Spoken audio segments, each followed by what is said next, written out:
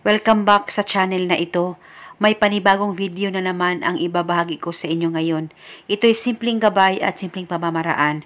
At kung bago sa channel ko, ay huwag niyo pong kalimutang mag-subscribe at pindutin ang notification bell para palagi kayong updated sa mga bago kong videos. Gusto mo ba na kukontak siya sa iyo ngayon mismo sa oras na matapos mong gawin ang makapangyarihang ritual na ito? Kaya kung gusto mo ay gawin itong ritual na buo ang loob at tiwala mo. Dapat 100% kayong naniniwala sa mga ganitong pamamaraan.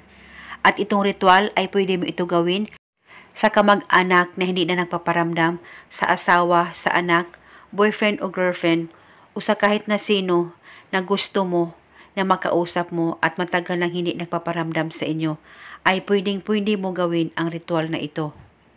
Ang gagawin mo lamang bago ka matulog, kumuha ka ng bote o di kaya baso na plastic, ay pwedeng gamitin kung anong meron kayo, baso o bote. At pagkatapos, kumuha ka ng papel at panulat at isulat mo ng 7 beses ang pangalan at apelido ng taong gusto mong gawa ng ritual. At pagkatapos, i-roll o itupi ito at ilagay sa bote o di kaya sa baso na inihanda mo.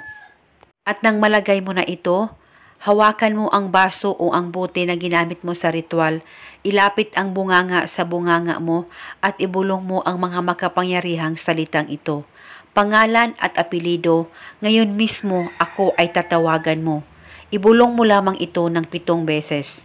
At pagkatapos, ilagay mo itong baso o bote malapit sa higaan mo.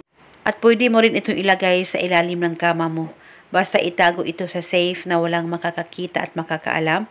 At kinabukasan, pwede mo itong kunin at itago sa damitan mo at bulungan ito ng 1 beses sa isang araw sa kahit na anong oras na gusto mo.